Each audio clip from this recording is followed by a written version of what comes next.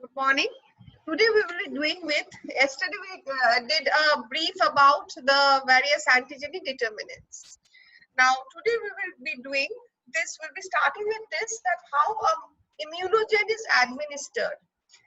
Remember the difference between immunogen and antigen. Immunogen is a molecule that can holistically elicit the immune response of a body, which includes both the innate and the adaptive arm of the immune system. But an antigen is a molecule that is specifically recognized by the receptors of the adaptive immunity. So when we think of artificially stimulating the immune system, what we usually give, we give an immunogen, and that is basically the vaccination protocol. Now, depending on the route through which an immunogen enters, the immune system is activated accordingly. So if we give oral administration of immunogen in case of poliovirus, the first tissues that the immunogen will face is the mold. Yesterday we discussed the mold. And in the mold, there are, if you remember, the gamma delta T cells and the M cells. If so, in case of an oral vaccination strategy, the immunogen is further weakened in the digestive system. Okay. Next, coming to the parenteral strategies of delivering an immunogen. The immunogen can be delivered intravenously, that is directly into the blood. This is the fastest route of an entry of an immunogen. So the immunogen reaches the spleen in the most fastest way. Then comes intraperitoneal. We're administering it into the peritoneal cavity. Here also the immunogen will be received by the spleen. We have intramuscular into the muscle, where the immunogen will be received by a regional lymph node of the muscle.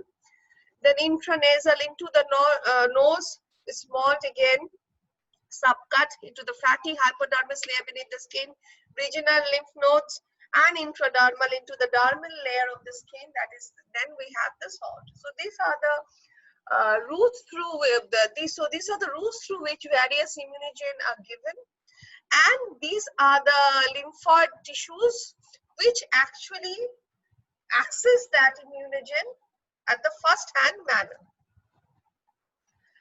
Coming to another aspect of the immune system, I would say another aspect of the adaptive immune system is the clonal selection strategy. Now, in this picture, as you can see, the circulating CD4 or the CD8 positive cells, these cells bind to specific peptide MHC complexes and undergo clonal selection. So they are having, so if a CD4 positive cell is selected, that undergoes clonal selection. Here also, if a CD8 positive cell is selected, it goes clonal selection followed by clonal expansion. So once a cell has been selected, that particular subtype or that particular clone is then asked to expand. So there is a state of clonal expansion and differentiation into the daughter cells. So we now have differentiated daughter cells, which are the T helper cells and the cytotoxic T lymphocytes respectively. Just if you remember that the T helper cells can get itself differentiated into a number of helper subtypes depending on the cytokine produced in the microenvironment. So that is what is meant by clonal selection, which subtype is actually, which preference to which subtype is actually given. And once a subtype is selected, that expands and we get the daughter cell.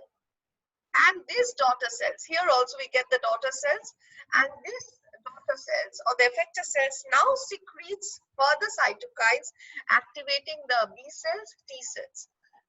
Cytotoxic T lymphocytes have a tad different function. They in fact induce target cell lysis. So this is about the clonal selection and the expansion occurring in the T lymphocytes. When we think of B lymphocytes, what they do from the existing pool of circulating B lymphocytes. So there is a pool of circulating B lymphocytes and very few are ever selected by antigen. So as I said, if you remember when we did the class of the spooling of the B and the T lymphocytes, it was seen that unless and until the lymphocytes were exposed to an antigen, they in fact they didn't get further differentiated and most were asked to die a apoptotic death. So it's a fact that very few get selected. It's a fact that very few get selected to expand clonally and differentiate into effector memory cells. Now the scheme shown here is drawn for B cells, but T cells, as I just now said, T cells also undergo the similar process of clonal selection, giving rise to effector memory and T cells. Now if you remember, so there are circulating B lymphocytes, and the antigen X has been selected by this antibody, or rather the antigen selects this antibody, binds specifically with this membrane bound antibody of the B lymphocytes, and this from the circulating pool of the B lymphocytes exhibiting variety of surface receptors, the blue colored one gets selected. Once the blue clone is selected, then the blue clone then starts dividing, so there is expansion. And once the expansion stage is over, we have the clones. And once the expansion stage is over, then what do we get? We get the effector. That's a differentiation cells. So we get the effector populations. So these are mature plasma cells, which will now secrete antibodies for this X antigen. And we have some memory B cells, which are made so that if there is a second infection of the X antigen, then the memory cells will go and bind with the X antigen, inducing a far more rapid adaptive immunity. Now coming to macrophages. Macrophages are antigen presenting cells. So from the concept of professional antigen presenting cells, both monocytes and macrophages are responsible for digestion of foreign material and for the presentation of antigenic epitopes to immunocompetent cells. So mainly they present, on one hand they engulf and can kill, on the other hand they present antigens to immunocompetent cells. Okay. Now, monocytes circulate in the blood. Yesterday, I had shown monocytes circulate in the blood, whereas macrophages are found in most tissues. For example, if you remember the brain, microglia, bone. In bone, we have osteoclasts, and in connective tissue, they are known as histiocytes. Kupffer cells in the liver are the largest concentration of macrophages in the body. Now, another important thing is that the macrophages participate in both the innate and the adaptive immune response. As part of the innate immunity, if you remember, we talked about the pattern recognition receptors yesterday. Macrophages are activated by antigens bound to PAM, pathogen activated molecular patterns, toll-like receptor, scavenger receptor, and Mannose receptor. In an adaptive response, antigens are recognized using receptors for intermediary molecules such as antibodies and complement fragments. So as you can see, so it has recognized an antigen using an antibody molecule. So this was the intermediary molecule. So this is a resting macrophage, and there's a signal 1. The signal 1 can be, if you remember that yesterday when there is a damage in the epidermis and the keratinocytes are damaged, they immediately produce some pro-inflammatory cytokine. So that can be signal 1. The pro-inflammatory cytokine then activates the local macrophages present in the near vicinity. Thereafter, once these macrophages are activated, then there comes the signal to further cytokines, bacterial products, molecules are produced, and the macrophages are further activated. Once the macrophages are further activated, as you can see, they can perform a host of functions. So phagocytosis, opsonized phagocytosis, they can antigens to T cells, they can induce cytokine secretion, and in the main pathway, if you follow, there's a signal 3. The signal 3 includes further production of the pro-inflammatory cytokines resulting in the expression of CD11A. This is a hyperactivated macrophage having antimicrobial, antiparasitic, and anti-tumor cell production. So, of all the functions, as you can see, of macrophages, the most important function is always for a macrophage is a phagocytosis. Now, phagocytosis is a receptor-mediated actin and ATP-dependent phenomena that is triggered by the binding of particles or organisms to specific plasma membrane receptors. So, you can see the antigens bind to specific plasma membrane receptors and the antigens are phagocytosed. Not always, sometimes the pseudopodia of the phagocytes also engulf whole body microorganisms. Now, in case of receptor mediated or if it's a pseudopodia mediated phagocytosis, what happens? Actin assembles around the particles when ligands expressed by the particles bound to a specific class of surface receptors. If actin driven pseudopores engulf the particle, which is then internalized into a cytoplasmic phagosome. Mannose, beta-glucan, Fc, scavenger, and complement receptors can transduce the signals essential for phagocytic internalization. Members of the family of members of the row family of GTPases have been implicated in the actin-mediated cytoskeletal rearrangements that occur concomitant with particle uptake. So it's the GTPases that are involved. There are certain other regulatory pathways involved in phagocytosis. For example, the FCR-associated phagocytosis involves a tyrosine kinase-dependent pathway. Several cytoskeletal proteins, including paxillin, which associate with early phagosomes, are tyrosine kinase substrates that are phosphorylated in response to Fc receptor ligation. So you can see that phagocytosis is also a very extensive, organized molecular phenomena which is a particular aspect of all macrophages, all the professional antigen presenting cells when they uptake a molecule. Phagocytosis provides a means for the internalization of a broad range of receptor-bound antigenic ligands. So that is brief about the macrophage and the phagocytosis.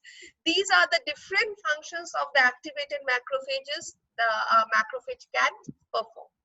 Now coming to another category of phagocytic cell are the dendritic cells.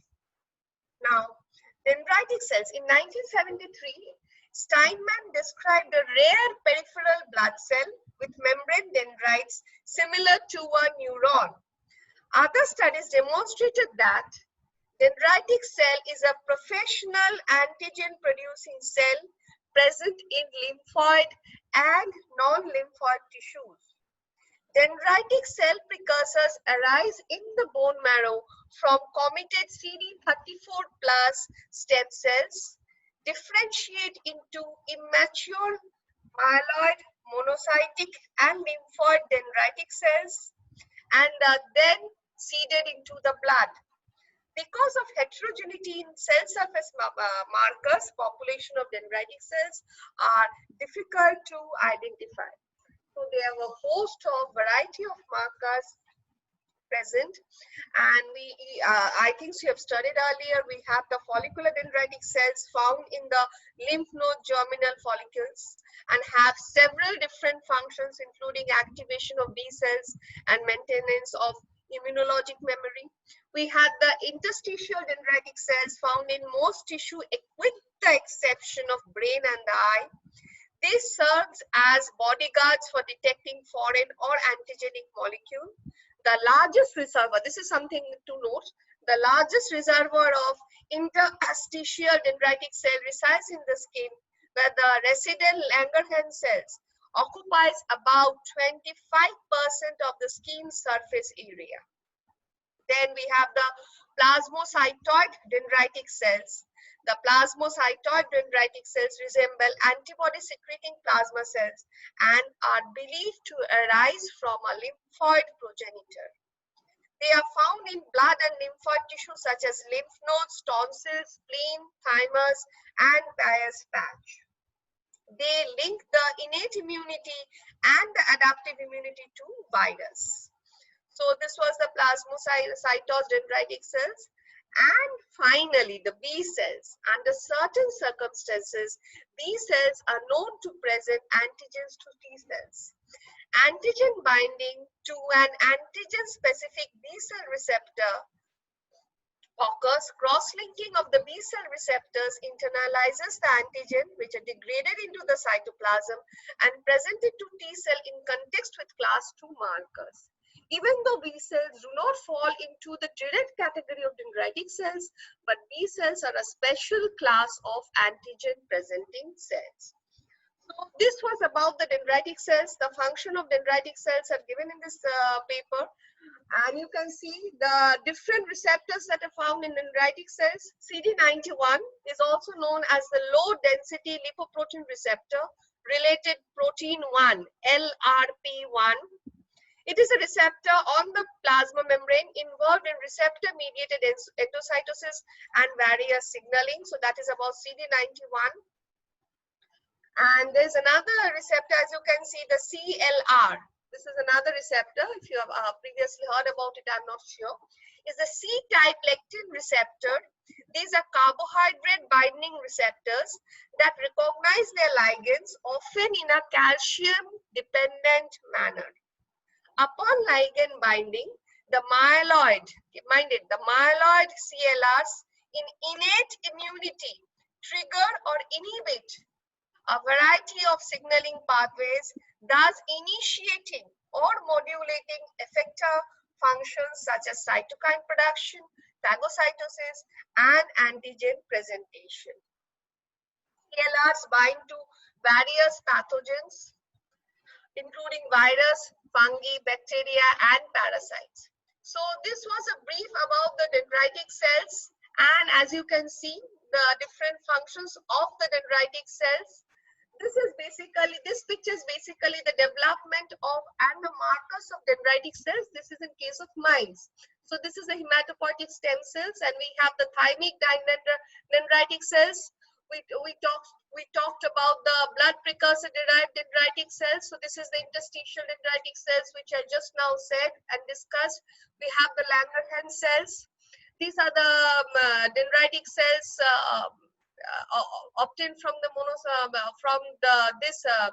precursor, and then we have the plasmacytoid dendritic cells. So these markers are actually the markers given here are the dendritic cell markers on mice, not in humans. The humans one is written below. See, DC1 in human and DC2 in human. So that's different.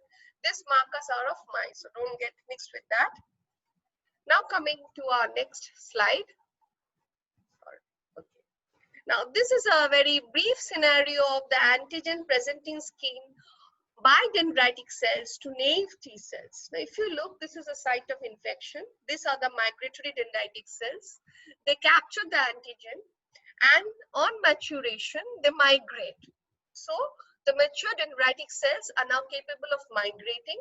They migrate to the lymphoid tissue, and thereafter, they present antigens to naive T helper or T cytotoxic cells, thereby helping the development and the differentiation of the naive T helper and the T cytotoxic cells.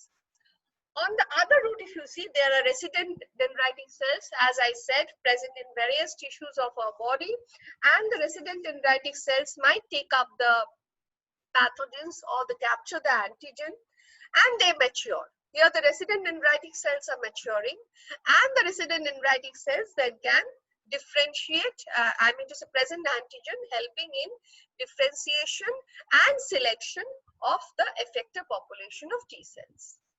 This is a very basic difference between the immature and the mature dendritic cells. You go over it since you have the PowerPoint with you all, just go over it. Now coming to our next cell, and a very important cell of the adaptive immunity. is the B lymphocytes.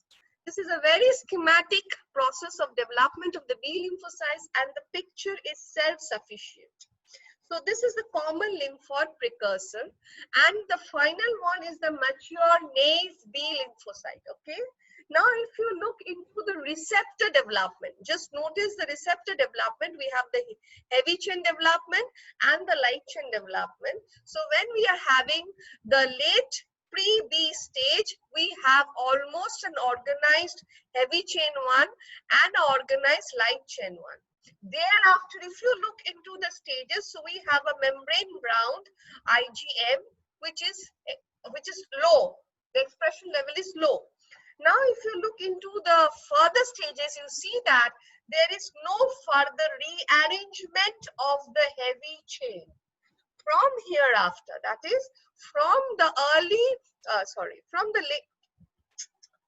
late pre-B stage, what we are observing, the whatever change we are having structural changes or some molecular changes in the light chain, and accordingly we are having some intermediate membrane expressed IgM and IgD, and finally when a mature naive B cell comes out, or is get a mature naive B cell, what we get is a membrane bound IgM having a medium expression level and a membrane bound IgD having a high expression level.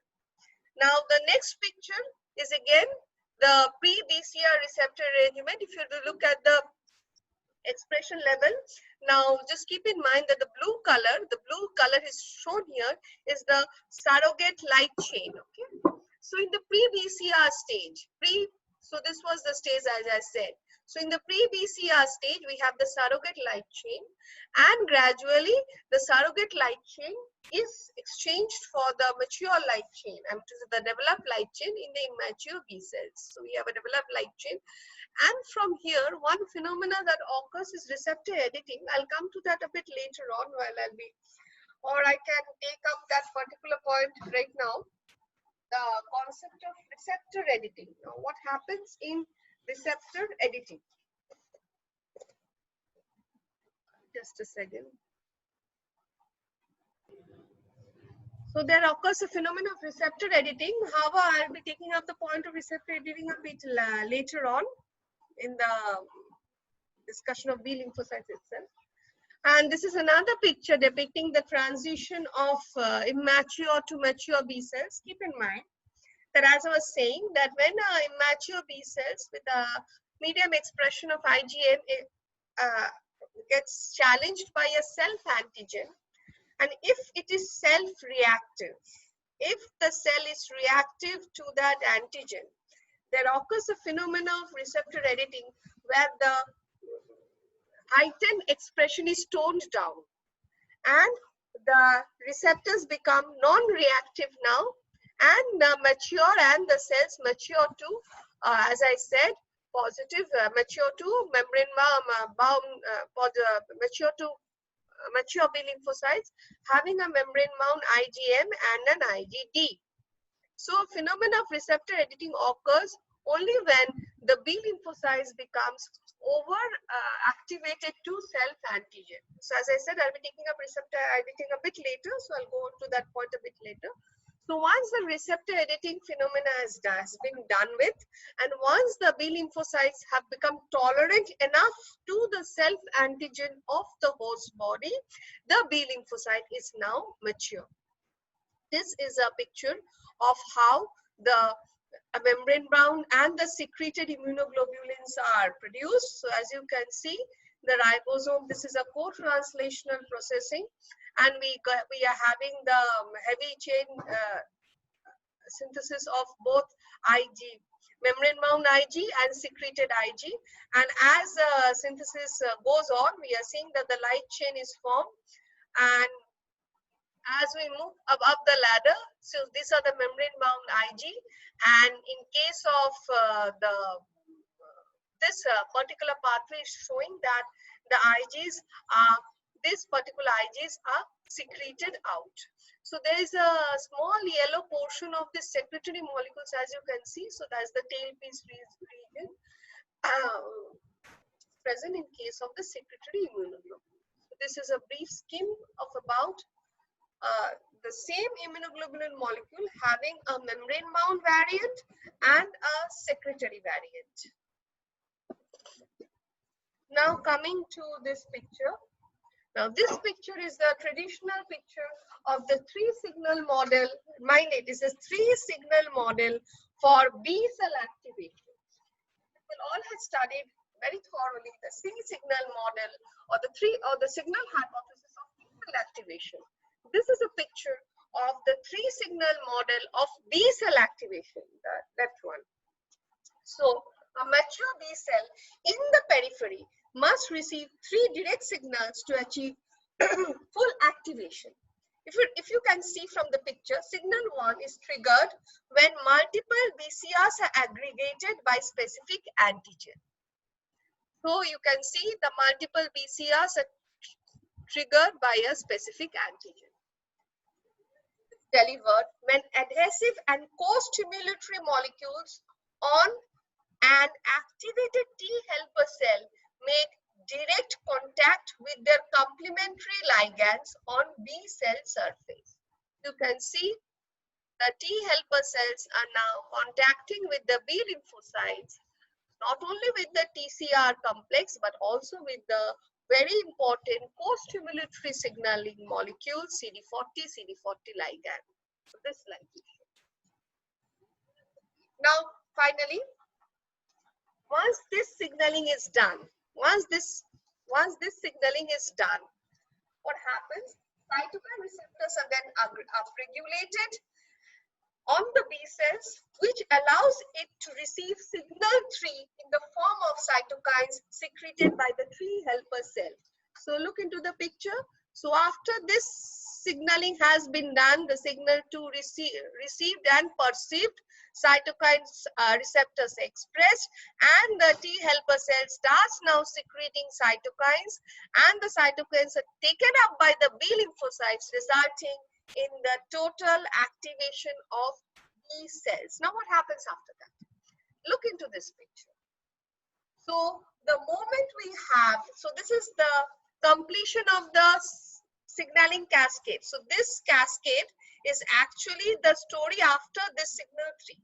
So once the cytokine signals have been received and perceived, so signal 3 has been received and perceived. Under the influence of these additional signals, additional cytokine signalings in the milieu, now the B cell starts division. So it enters the G1. Then we have the S phase DNA replication, and further, in presence of further cytokines, further division and proliferation of the B lymphocytes, and now we are getting a differentiated population of plasma cells and memory B lymphocytes. So this is the story of a B lymphocyte and the 3 signals which actually activates a B lymphocyte. Another important terminology I'd like to mention here with respect to the B-T interaction is the linked recognition. Now, the antigens which actually rope in T lymphocytes while activating B lymphocytes are known as the thymus-dependent antigen. Specifically, in most cases, or in some cases, it has been seen that these thymus-dependent antigens might have 2 epitopes. With one epitope, it recognizes the T cells, and with the other epitope, it recognizes the B cells. So it is having an epitope through which it is recognizing the B cells. I mean to say the antibodies, membrane-bound antibodies of the B cells, and once these antigens are internalized, and again they are being spread by the MAC class 2, so they are pretty given. The MAC class 2 is now shows a new epitope, and through this epitope, they're interacting with the T cells. So these antigens, specifically the thymus-dependent antigens, usually have a linked recognition system where there are epitopes for the recognition of the B cell, and there are epitopes for recognition with the T cell.